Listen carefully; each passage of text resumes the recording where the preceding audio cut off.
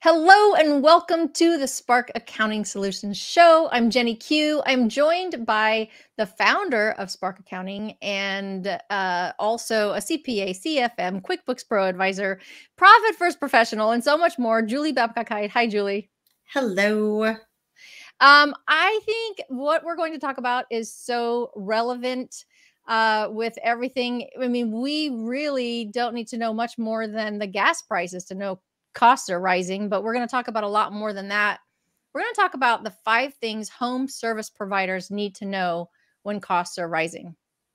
Yeah, and this has been probably one of my top 5 conversations I've been having with our clients in the last month of like costs are going up. What do we need to do? Where are we at for profitability? And so I thought it would be good to kind of just share some, hey, here's some ideas, here's some things you can do to help deal with this situation we're in with rising prices. Yeah, I mean, because everybody's feeling it. For sure. Yes. And so, with your expertise and specialty, we're going to talk about it specifically for home service providers and what they need to know. So, let's go ahead and dive in to the first one. So the number one thing most home service providers have in common is that they spend most of their time driving around in a truck between jobs. And so when we are getting into a place where we've got more expensive fuel, it's time to really think about fuel efficiency for your vehicles. And like right now, I feel like the first things I'm going to tell you are like the stuff that your dad probably told you when you were 16 to make sure you were taking care of your car maintenance. So truthfully, like make sure you're keeping up with preventative maintenance. Get your oil change, do the things that need to be done on your vehicles. Make sure there's air in your tires.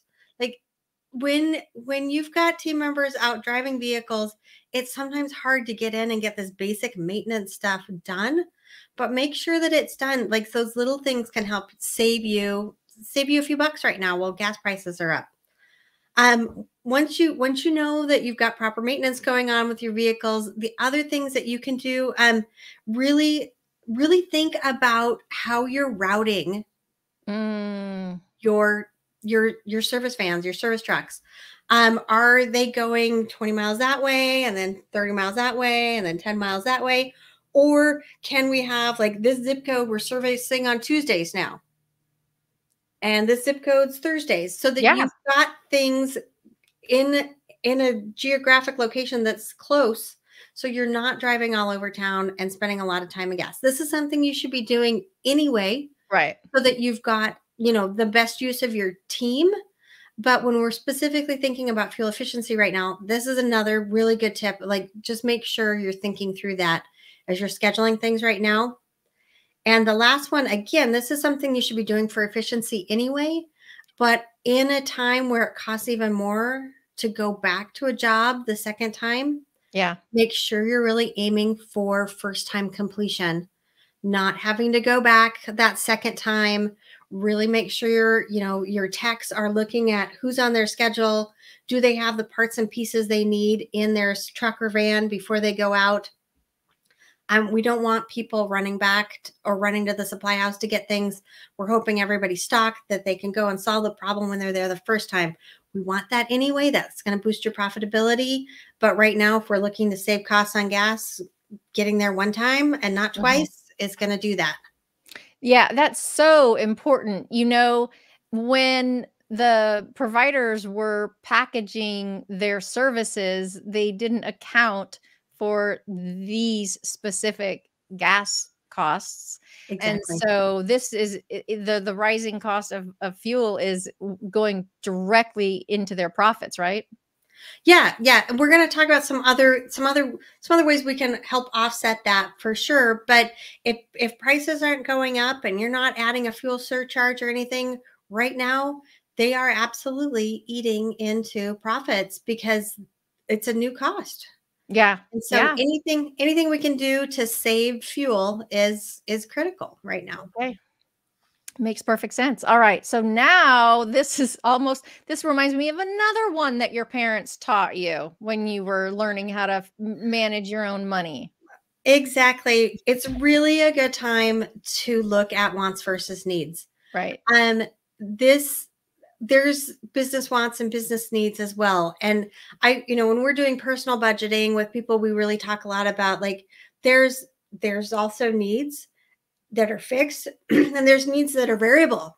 And so kind of figuring out what kind of expenses you've got and where you can trim the fat. So review your ongoing costs, things that are happening every month. And the first question you need to ask yourself is this something I need to be able to serve my clients? And if the answer is no, it's not a need, it's a want. And then you have to start saying, okay, how important of a want is this? Is there something else that, that I can do? Can I cut back on this? Looking at ways to do that. And really thinking through, if I cut this, would my customers notice that I cut it? And so, just some random examples I thought of as you're thinking through this, like, do you have water service coming into your office right now? Is that something you could cut? Is that something you're willing to cut? Is that something that your team that's in the office would kill you for cutting? Think through these things because Right. That's an example. Another example, if you have team meetings and you normally provide lunches, let's be honest, there's a wide range of lunches that you can provide. You can provide box lunches with sandwiches, or you can provide a gourmet meal. Both of them do the same job, but you've got some flexibility there that may help you cut costs. Other stuff to really think about, like some of these are silly, but like office space, do you need it all? Do you need it at all? Yeah. Right now, do you need all of your office space? Are there opportunities to sublease part of it out or move into something smaller? And then you got to look at the cost of moving, but really just kind of looking and evaluating that. A lot of people have a lot of subscriptions and stuff related to the office. We've got people that have Spotify subscriptions. We've got people that have Netflix subscriptions so that they can have stuff, playing in the waiting room or whatever. Really looking at all of that stuff and saying, do we need this or do we want this? Yeah. If it's a Spotify, can I put the radio on and not pay for the subscription right now to save a little bit of money because it's getting eaten in other places? So Right. really digging in, looking at that list, finding those subscriptions you're paying for every month that you're not even using, finding those subscriptions that you're paying for that maybe do 3 other things that you're paying other apps to do. Maybe you can simplify things and not impact what your customers see, because ultimately we don't want to hurt customer service or customer satisfaction by any of the cuts that we do make. Right. So thinking through like, where can we cut without the customers noticing? Yeah. Is the first place to look. And that's like knowing whether it's a want or a need. That's how I start evaluating that with people is, does it impact your ability to serve your customer? And I also like what you said too, or would it be something that your team would be upset about too? Because Yeah, that matters, right? Yeah. it does matter. It does Yeah. matter.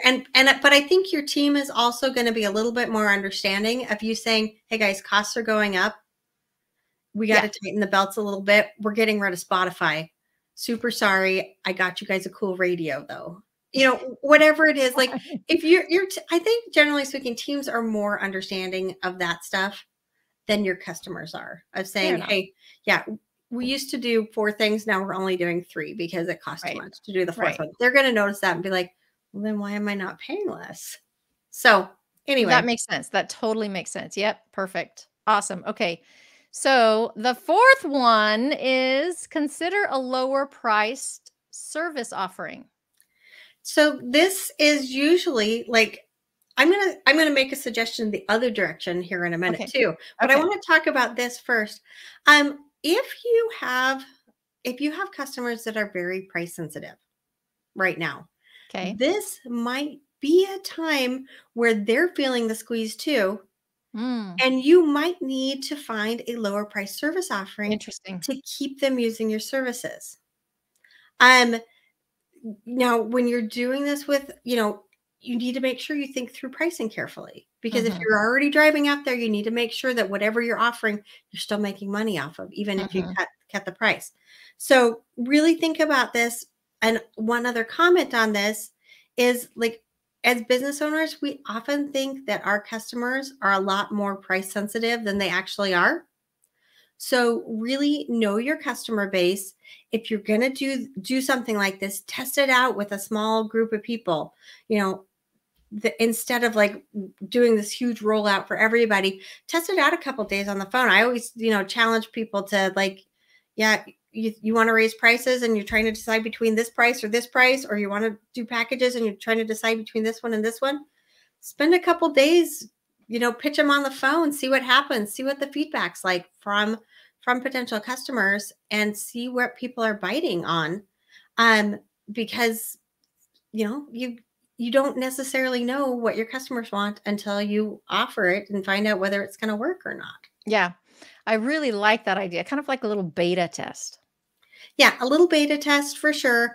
And truthfully, like this is not the right solution for everybody. Right. But if you've got really price sensitive customers, this might be a way to keep sales happening. It might also be a way to keep sales happening and still leave the door open for upsells Sure. as well. Oh, yeah. I like it. Yeah. Nice. Just because Okay. you got them in here doesn't mean you can't offer a Mhm. service contract or offer something else while you're there as well. Love it. Love it. Okay, we're gonna scoot on over to number 4. Evaluate supplies and materials purchases. Okay, so for some of our home service businesses, this is not an issue because they're passing all the costs through. For some, it is. And it's really impacting prices, and it really is impacting their ability to be competitive as well. So when you're in a time of rising costs, it may make sense to stock up a little bit on your materials. If you know it's going to be more expensive a week from now than it is today, it might make sense to buy extra. And so when you're doing this, you really need to think through, like, how much do you need for your busy season? What would happen if I bought, assuming that like I was going to have the same busy season as last year, but I actually lost customers due to rising prices and inability to afford us? You've got to think through all of these things and really figure out, like, is the risk of shelling out a bunch of money for additional product and materials worth it to have to lock in today's prices? Mm, And so if you know like what your season looks like and what you've kind of got booked out, you may have some confidence in like how much you actually need. If you right. don't have 100% confidence, or you only have 50% confidence, you may want to do some stocking up, but maybe not as much as somebody that's got locked in contracts for the year. Yeah, that makes total sense. That So makes total sense. Yeah. yeah, nothing really exciting on this one other than just really evaluate if this again is a good fit for you, because Sure. it may be and it may not be. Yeah, just be aware, right? Yep. And number 5, goals should be time-based. That is from a different show. That So is from a different show because I thought this sounds like a show we so previously good. did. So why don't you tell us what it Number is? 5 is, it may be time to increase prices. We talked about coming up with a package with lower costs for your customers, Yep. but it may be time just to suck it up and increase prices. Let's be honest, if you go to the grocery store right now, prices are up. If you go to the gas station, prices are up. They're not, they're not struggling with this decision. These prices Nope. are Their prices are changing, their costs are changing, prices are going up, you're paying more. People are not going to be surprised that Right. your prices go up right now. Yeah. It's not going to be a shock. So the question is, like, how do you do it? How do you do it right? How do you do it right? So I think the biggest thing that people need to take into account is really stop and think about all of the additional costs you have right now, because you don't want to, like, and there are people that do this, raise prices this week, raise them again next week, raise them again next week. There are places that are doing that. Like, I've seen places where like the materials are switching so much that their quotes are only good for a week when they're bidding on jobs. Wow. And Wow. so, and there's other places where it's only good for a month because there is so much flux. So most people, raising prices is painful for. And so Mhm. I kind of like encourage people to like stop, figure out what those costs are, figure out how much you really need to get extra to be able to continue at the same profitability level you used to be at, and really think through that. Also take into consideration like how long has it been since you raised your prices? Look and see what your competitors are doing. But ultimately, what we really want to make sure you're doing is finding a price where you can still operate profitably. Um, but it may be time to do it. Yeah. Yeah. Well, I was gonna say, it doesn't mean they always have to stay high, but you're not gonna lower your prices later. You know what? Some people do. Like some people honestly do. Like if the cost of materials are really driving their pricing, they will adjust up and down Okay. for those fluctuations. So there are companies that do that. But really like thinking about, how much are you paying your team? How much are your materials costing? If most of your cost is in team, you may not like you said, you may not ever bring it back down because Right. once you've Right. given your team a raise, they're probably not going to expect you to No. take it back because prices have gone down. But one of the other things people are doing is adding that fuel surcharge. And that's another option. Like if you feel like my prices are okay, I just need to get help covering gas. Some people are adding that fuel surcharge. And the question is, again, kind of that beta test thing of like, how do your customers respond to these things? Yeah. Some people feel like they're being nickeled and dimed when you see a fuel surcharge on things. Other people would rather see that and know that your prices are the same. You're just needing a little extra help right now because gas prices are 4, 5, $6 a gallon, as opposed to, $2. Right. Well, yeah.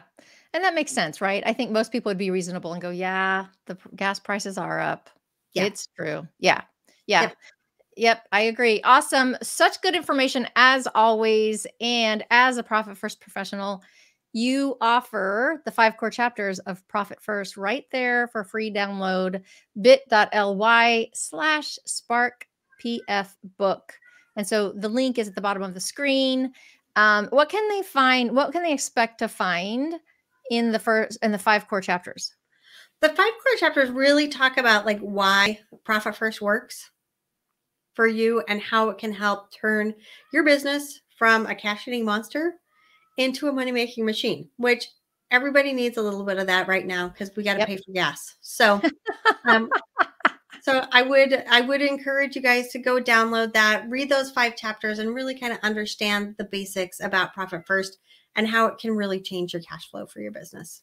Awesome. Perfect. That was a great callback, by the way. And with that, we are out. Thank you so much, Julie, for your time and expertise. Thank you.